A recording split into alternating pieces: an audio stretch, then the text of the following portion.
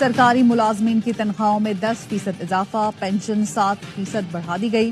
وفاقی بجٹ قومی اسمبلی میں پیش، تنخواہ داروں کے لیے ٹیکس سلیبز میں کمی، سالانہ 6 سے 12 لاکھ تک تنخواہ پر ٹیکس کی شرح 5 سے 2.5% کر دی گئی۔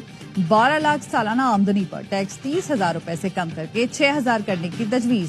22 لاکھ تک تنخواہ پر 11%، 22 سے 32 لاکھ تنخواہ پر ٹیکس کی شرح 23% کر دی گئی۔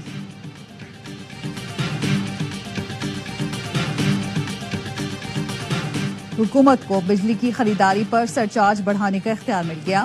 درآمدی کافی، چاکلیٹ، سیریل بارز، پیٹ فوڈ مہنگا ہو گیا۔ بیکری پر 10%، کوریئر سروس اور ای کامرس پر 2% سیلز ٹیکس عائد۔ کھاد، کیڑے مار ادویات، زرعی مشینری اور سولر پینل پر 18% ٹیکس لگ گیا۔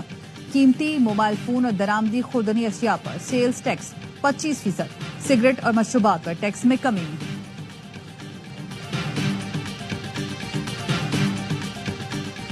یوٹیوب اور سوشل میڈیا کی کمائی پر ٹیکس لگ گیا۔ نئے قانون کے تحت آڈیو، ویڈیو اور میوزک اسٹریمنگ سروس سے کمائی ٹیکس نیٹ میں شامل۔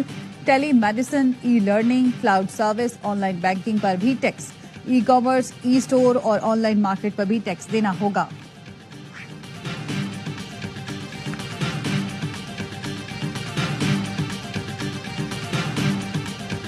اس سال پالیسی ریٹ سنگل ڈیجٹ میں آ جائے گا۔ وزیر خزانہ محمد اورنگزیب کا AIY نیوز کو انٹرویو۔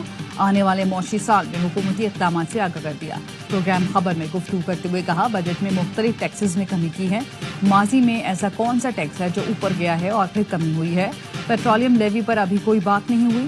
PIA، روزویلٹ اور 3 مالیاتی اداروں کی نجکاری اس سال کر دیں گے۔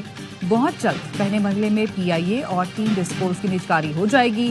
ریونیو جمع کرنے کے لیے اقدامات کرنا ہوں گے۔ PIA کے امیج میں بہتری آ رہی ہے، نجکاری میں فائدہ ہوگا۔